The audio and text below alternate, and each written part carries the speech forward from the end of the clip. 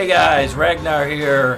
How's it going out there in Ragnar land? I'm real excited to jump into this first episode. And I have Jennifer Lynn on. And I'm kind of excited to see what information we can get from her. She's an empath. I'm probably going to say a lot of this wrong, but she's going to talk too. So, empath, clairvoyant. Deals with spirit guide situations. But we're going to get into a little bit more about her. So I'm going to ask her now just to introduce herself and tell us a little bit about yourself. Hello, I am Jennifer Lynn. I am an intuitive psychic medium. I do spiritual healing, and my goal is really to help humanity out of the darkness. That's really what I thrive on. I really want to help people who need support to really come back into the light. It can be really hard, especially in today's day and age, to get back to a good place. And so I want to be there for humanity to help others. Okay, that's an awesome goal.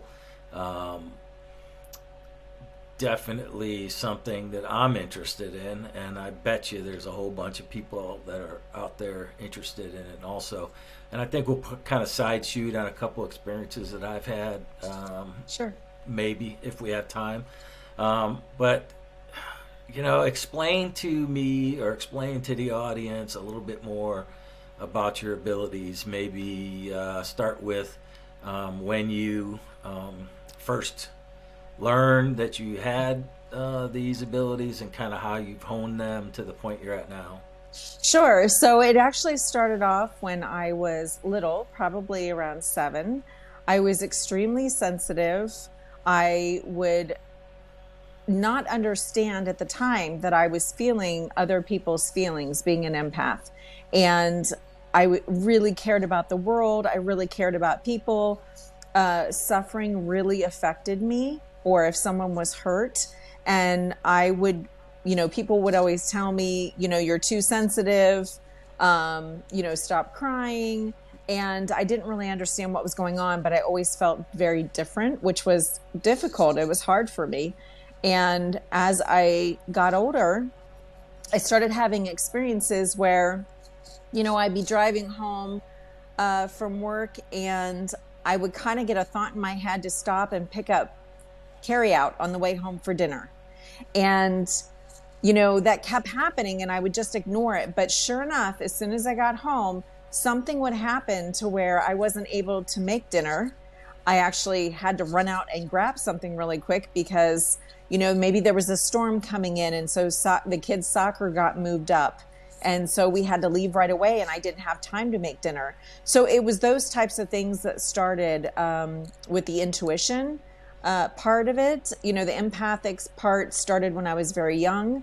The intuitive part really started later in life. But along the way, especially in high school, college, people would come to me and want to talk to me. I would have strangers tell me their life story. It felt like people felt like they could really talk to me or unload on me. So, Wow. Yeah, so that's really how it got started. And then once my grandmothers both passed, I really wanted to see both my grandmothers. And I made that kind of my goal and really got into the spiritual realm then. And then I did end up, it took a couple years, but I did end up seeing both grandmothers actually out in public areas. Wow. So how old were you when you first started feeling the empath type stuff? I would say I was probably around 7 when I was feeling, other people's emotions. And then as far as the intuitiveness, probably early 30s, I would say. And, as I went along in my 30s, my gifts developed more and more because I realized that I was having these special gifts and started to read every single book I could on spirituality, the deceased, what happens when people cross over. I just really started to ramp up into the spiritual realm. Now, do you think you might have had those abilities earlier, like when you were younger, but you just can't remember that far back? Maybe 3, 4 years old. It's possible. I'm not really sure.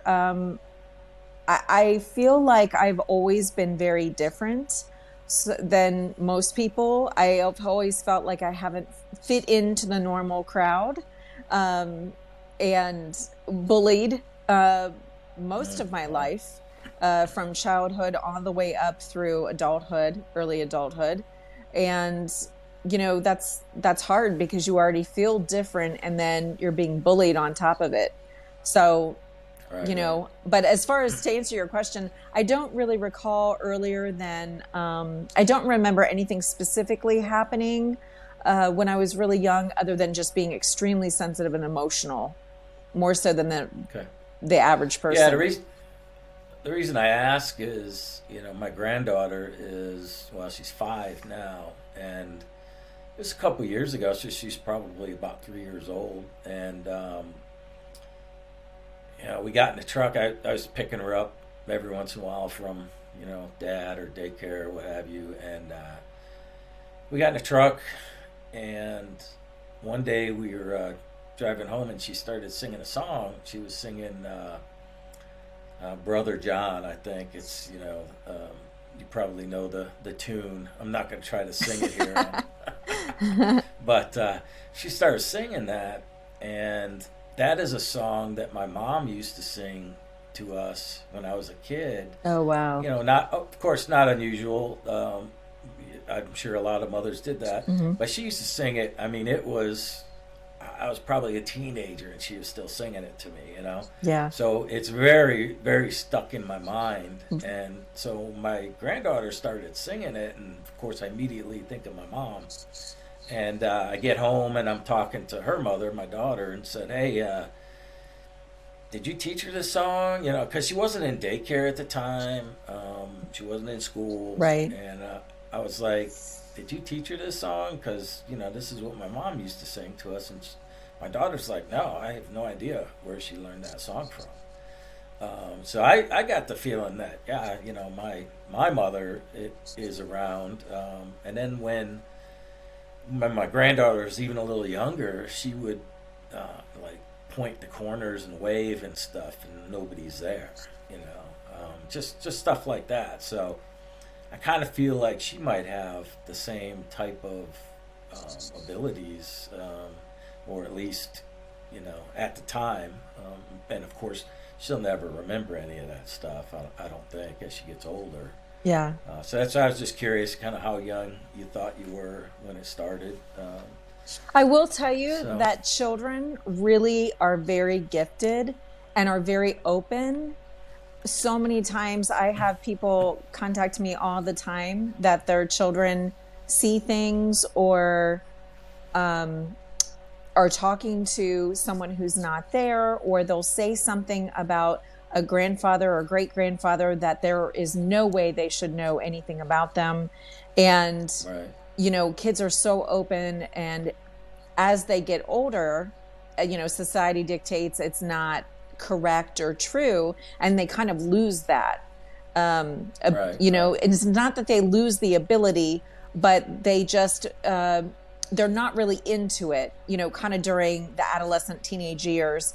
And it kind of goes away for a right, while until they get back, maybe into their 20s. But I have so many children that will tell me things, that they see things, that they, have experiences. And so that's very normal. And it does sound like your granddaughter is very gifted. And I think that's beautiful that your mom, grandma, is with her teaching her that song. yeah. And I think have had a couple experiences in my life, and I'll maybe hit on those a little bit and kind of see what you think. But before we get into that kind of stuff, I wanted to take some time for you to let folks know kind of what you offer. I mentioned in the trailer that you have a website, Yes.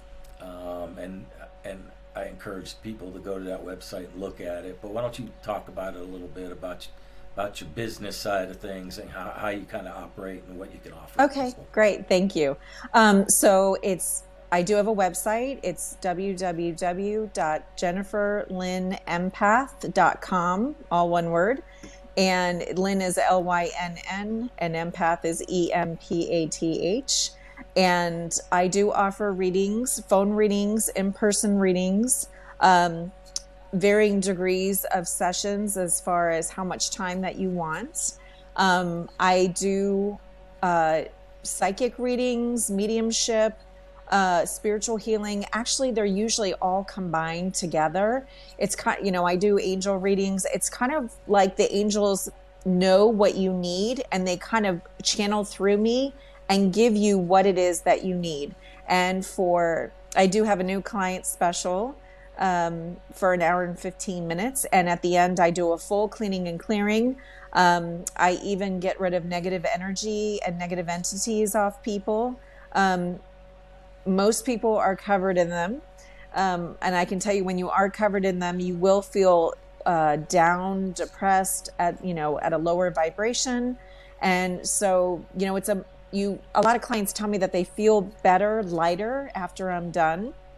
Usually they get a great night's sleep. And so, and then also after you've had a reading, I do have a 20-minute session where it's just a cleaning and clearing. It's not a reading. So after you've had the initial reading, if you just need to be cleaned up every once in a while, I've got the quick one for that as well. But really, it's just to help people through. My specialties are abuse and trauma, also relationships. And so I really like to focus on that and be there for people who feel like they're kind of in that dark hole and can't climb out. So right now I'm doing my in-person readings in Springboro, Ohio, in the Dayton, Ohio area. So, but I have clients all over from, all across the country, from California to the East Coast, and then also even Australia. So, nice. Yeah. Okay, good. So, yeah, we can make something happen. And if the time doesn't fit for the clients, I just tell them to text me and we'll work out a time that is convenient for both of us. So I'll definitely work with you on the schedule. So how long is a normal session last? If you had a full type new client, full session, is it you said about an hour and a half? Well, it's scheduled for an hour and 15 minutes, but it usually goes over a few minutes because I want to make sure that we get everything accomplished that we need to and that my clients are happy and get what they need. So usually I tell them to plan for about an hour and a half. Okay. Yeah, one of the things I guess I want to go back at a certain point. I think you have kind of read my aura before. I can't remember what you said about it. Do you remember? Oh, as far as, you are definitely very gifted. And I know that you've had your own experiences that have allowed you to really open up more to really see things that the normal person can't see and have experiences, including, I'll let you explain your experiences, but when we get into that. But yeah, I think your experiences and some traumas have really opened you up to more spiritual experiences. Okay. Yeah, I guess we can get into that now a little bit. So I will tell the listeners that. Wait, can I interrupt 1 second? Yeah, go ahead. Okay, go ahead. So Sure. I don't read auras. That might have been who's the other girl? No, it was you, but I probably got it wrong. I probably got the. Oh, okay. I'm probably saying it wrong. Oh, so. Okay. Sorry. Yeah. No. Yeah, so before I get into a couple of my experiences, I will tell the audience I'm going to put Jennifer's website in the comments so that you can go down there, find it easily. And while you're down there, please mash that like button for me and mash that little, I think it's a little bell or something that tells you that when the next episode's coming out. And of course, subscribe. Always subscribe. That way you can get the latest content. So while you're down there getting her email or her website address, go ahead and do all that stuff too. So I appreciate it. So just getting it. I had an experience. I want to say it was. Oh man, it had to be 1991, I think. So it's been a while. Mm-hmm. It's been a while. So my wife at the time, she worked about 30 minutes from where we lived. I was living in base housing in Illinois, and I was working the swing shift, so our schedules didn't quite match up. She's working a day shift. But when you're living every day, you get into a routine. So you kind of, I get home at a certain time. I stay up for a while, trying to calm down, go to bed. So of course I'm sleeping in the morning, et cetera, et cetera. Yeah. So we had one child then. Let's see, he was probably 5.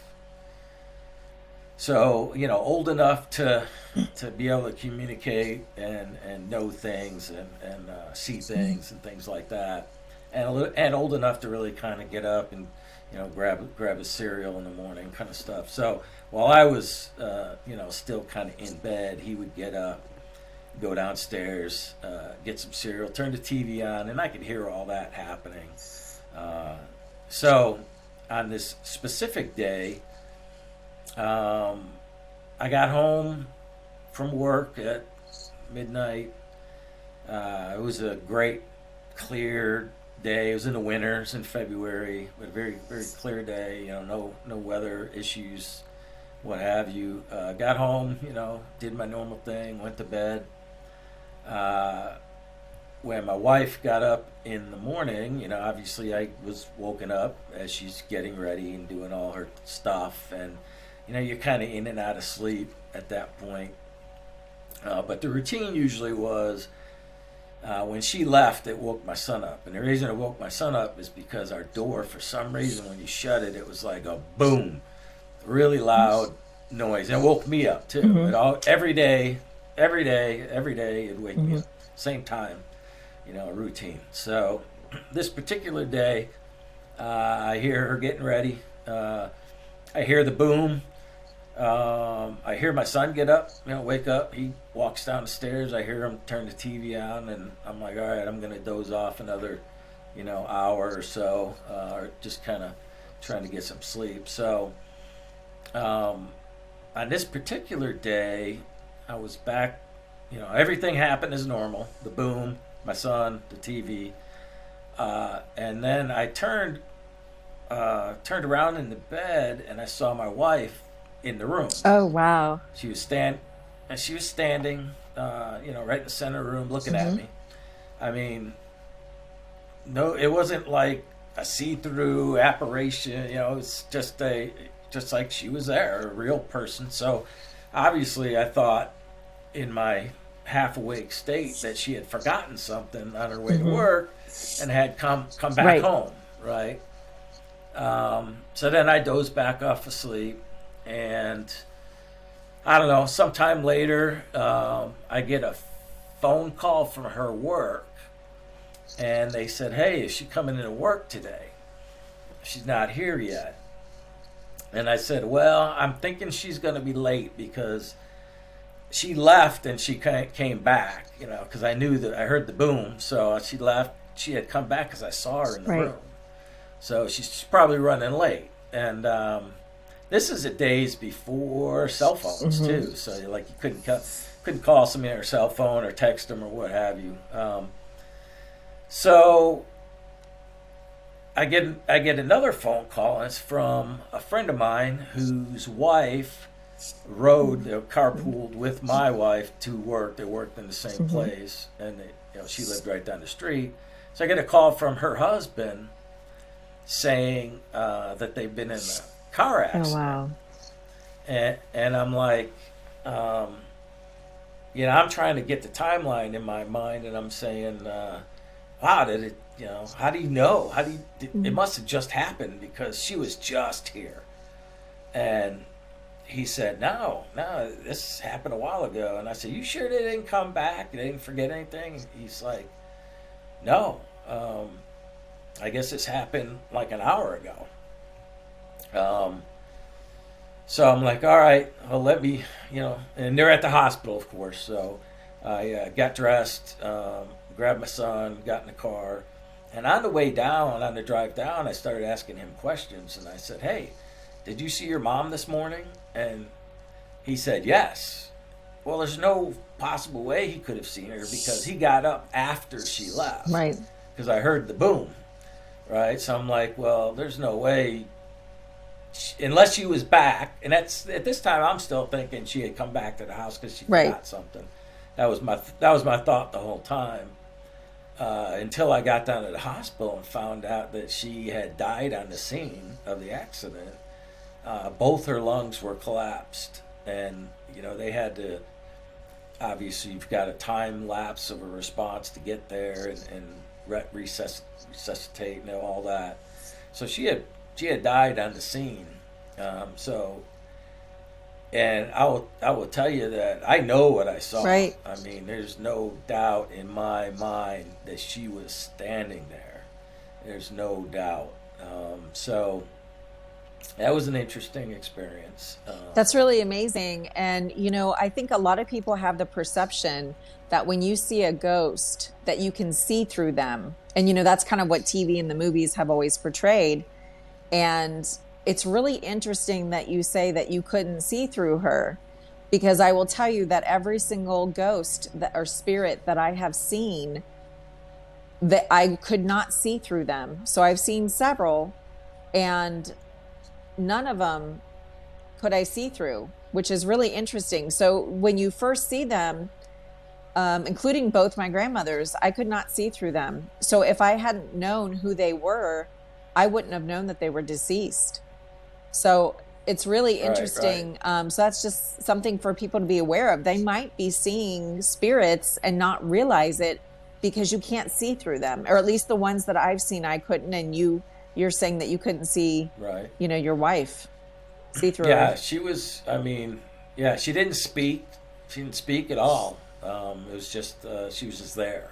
Did she look at you in an intense way or anything, or smile? No, anything? really, like a real peaceful way. Like just looking, and it's like I was kind of, that's why some people have some doubt, because I was kind of half asleep a little bit, but I know what I saw, and it definitely was there.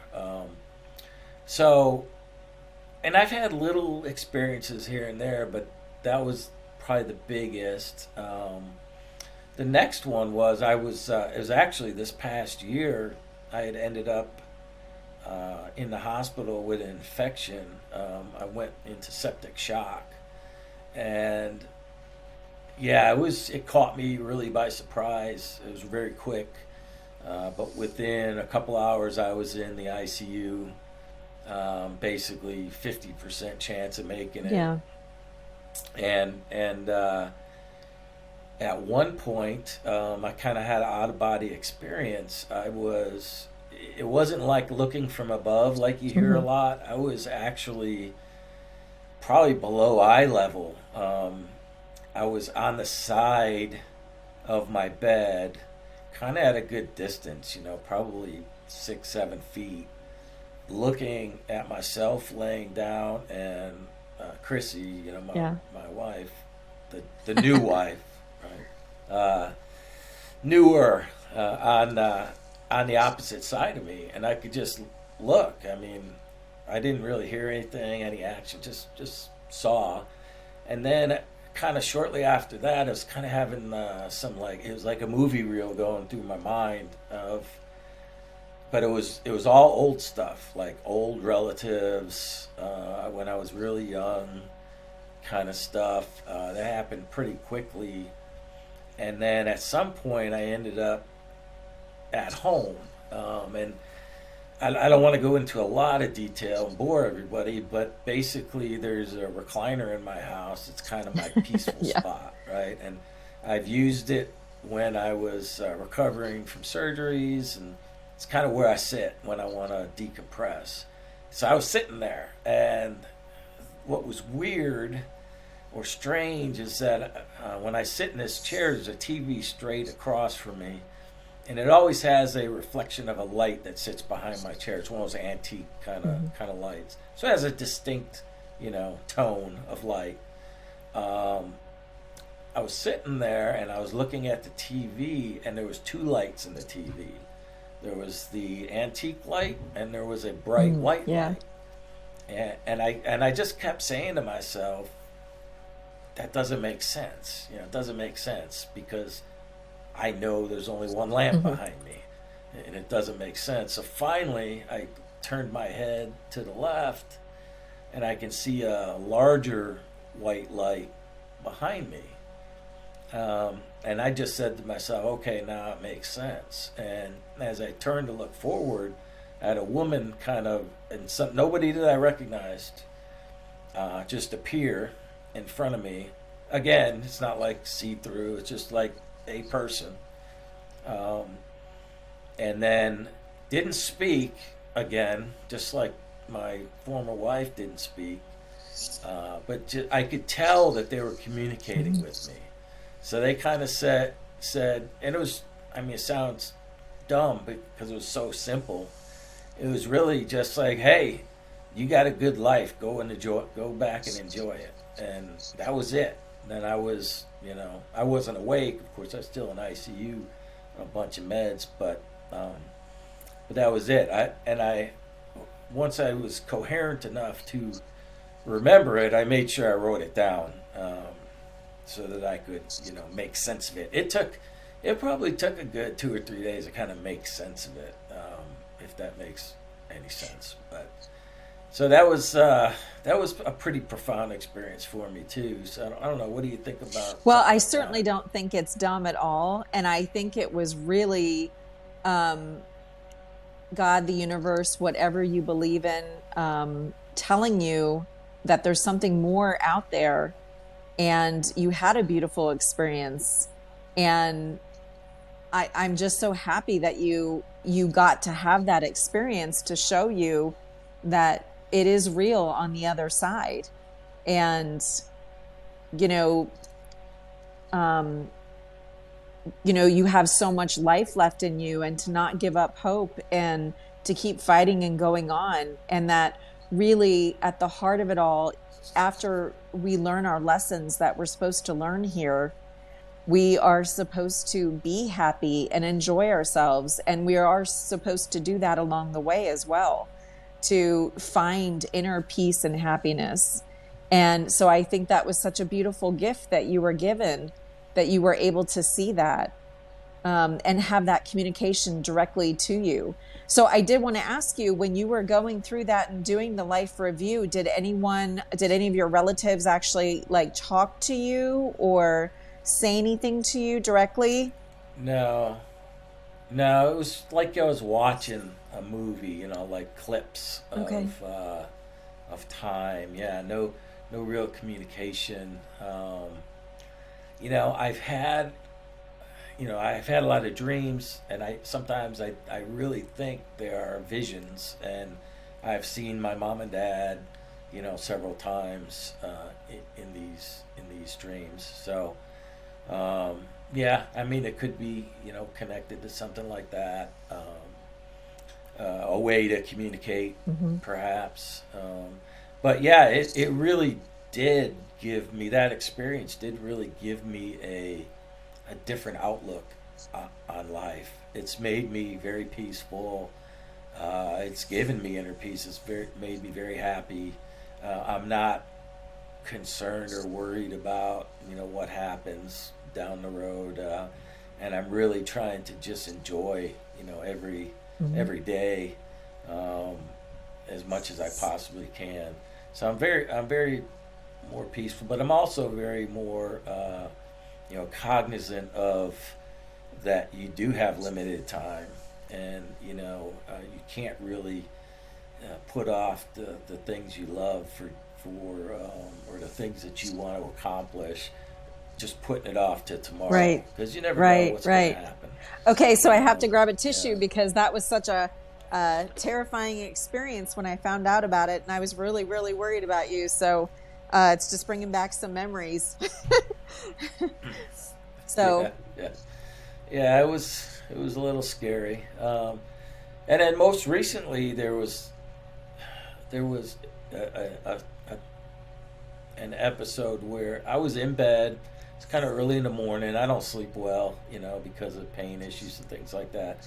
So I was actually awake, and but it's dark in the room. I was kind of looking at my phone, and then all of a sudden the bedpost, so the foot side left bedpost, kind of oh, banged, like somebody physically took their arm and slapped it or ran into it, and it actually oh, shook it the did. bed, and there was some stuff on the like foot of the bed Okay. that fell off, and I thought it was Chrissy came in the room and just Right. accidentally bumped the bed, but no, she was asleep. So, yeah, I don't know what that was all about, but I think somebody, maybe trying to get my That's what I was attention. going to say. Someone's definitely Um, trying to get your attention, and it feels like a male energy.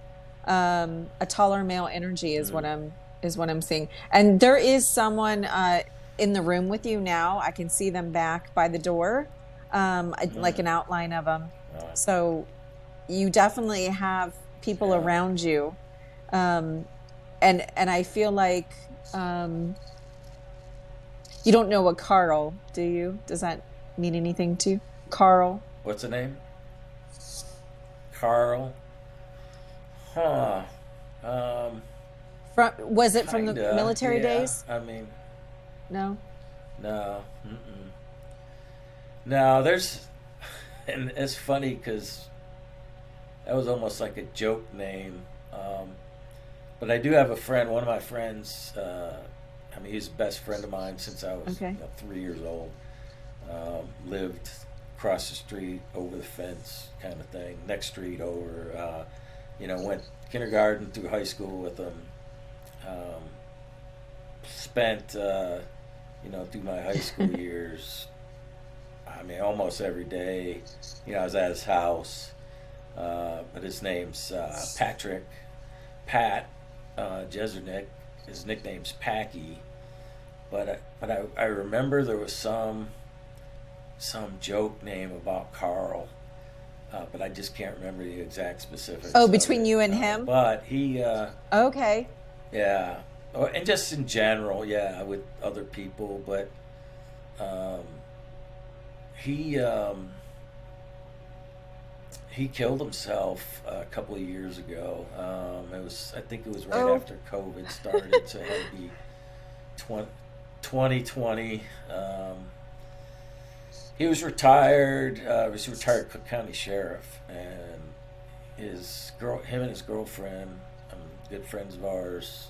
Obviously, I don't know what happened, um, but he ended up shooting okay. her, and then shooting himself. Now, the story is, that they thought they had COVID, and that was back when it was just total mania. Like, you're gonna die instantly if you Right. get COVID or what have you.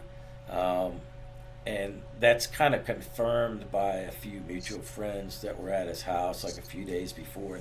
He was acting really unusual, and it was geared around COVID. So I'm not really sure what happened, So do you but I think sure that like to he know. did you say you thought he killed himself? Okay. He did, yeah. They know based Okay. on the scene. He had the Okay. revolver. So He so obviously a killed lot of himself. times what will happen is that the angels will give me messages or names of people, and I ask for really weird different things, because anyone can say, any psychic can say, oh, you're having problems in your love life, like who doesn't at some point. And so I really like Right, right. unique, interesting things that are different. And so Carl's not a normal name. And um, I actually have read for many people where people who have committed suicide have crossed through and come in. Some of the time I knew that they had committed suicide, and the other times I didn't know up front. But I will tell you, I have a very strong alley of protection for anything that comes down through me and that I'm channeling. And, I was raised Catholic, but I will tell you, I do not believe that my personal opinion, and I don't make anyone else believe what I believe, but just to give you peace of mind that Carl would not be able to come into me if he were somewhere in a very bad place. So that's just to give you peace of mind that he's doing okay, he's well, he's saying hello, and to come through to give you that peace of mind. And I actually believe that that is Carl trying to get your attention, banging your bed, because you're more open at night, especially kind of in the middle of the night around between 2 and 4 a.m. You're more open and aware. So, I really feel like that's Carl coming in and saying hello and trying to reach you, because you are gifted and you are more open now since you've had all these different experiences. So I would definitely talk to Carl in your mind or out loud. He can hear you, and then just listen or see what thoughts come in your head after you talk to him to get the response. Yeah, I'm definitely open to a lot of things. I don't think anybody here on the planet Earth understands or has everything figured out. I don't want to say I'm an atheist, or I guess agnostic. I mean, I was raised Lutheran, but you Right. believe in what you believe in. I think you're taught that, and it just passes on and passes on. At some point, I think what really opened me up was it was a Baptist minister that was actually trying to convert me to be Baptist. When I was actually a Okay. practicing Lutheran. I was an adult, and he said, hey, you need to question why. Why do you believe in what you believe in? And when I started questioning that, really the answer is because when I was a kid and all growing up, my mom and dad sent me through courses and made me, go through communion and confirmation and all that good stuff. And it was really just, I believe in it because they told me that's what I'm Right. supposed to believe in. So I started really questioning and opening my mind up to, why, why is one religious denomination, even in the Christian realm, you've got the Presbyterians and the Baptists that say if you're Catholic, you're not going to heaven. So even in the same, realm, but why are Christians right and Muslims aren't right, or Hindus aren't right, or who's right? Why does only certain people get the quote unquote afterlife? Why doesn't everybody get it? And I've kind of opened my mind up to different things, and it's like if somebody can believe in something that they can't see, feel, smell, whatever, and the answer I always get is, well, it's faith. You Right. just got to believe. It just is. Just got to believe. Well, so why can't I believe in other things? I mean, I sometimes say I'm a Norse pagan, Norse paganism, and I mean, why not? Why can't that be the right version? I mean, we all know the history of where Christianity became the at least trying to be at least the Western hemisphere religion. And then, recently, I've talked about it a few times. I was really, wanting to. After that incident in the hospital, my biggest thing was I want to, like, rid myself of negative energy, I just want positivity, The negative energy just beats you down and wears you out. So, I mean, I actually did some research, and I'm wearing it here now as the black obsidian Oh, it's beautiful. crystal. And the black obsidian is supposed to, rid yourself of negative energy, but also block that negative energy from coming to you. And I'll tell you, since I've been wearing it, I actually feel a difference. Now, I don't know if that's, my mind just telling me that's the way it is, or reminding me to be more positive. But it's been helpful. So I'm very open to everything. I don't think we should dismiss any belief system. Absolutely. So, and I have a ton of crystals that I'll have to show you. I'll have to show you my collection someday. Okay, all right. So one of the things that I want to try to do on this podcast, and I'll give you kind of a brief explanation of why.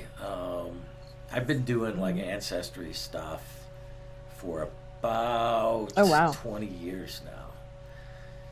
Yeah, it's a lot of work, and I've got a couple of cousins, one on each side of the family, that have done a lot of work, and I've kind of built off their stuff, and I've used the Ancestry, .com stuff, and I will tell you that the database that they connect to is phenomenal.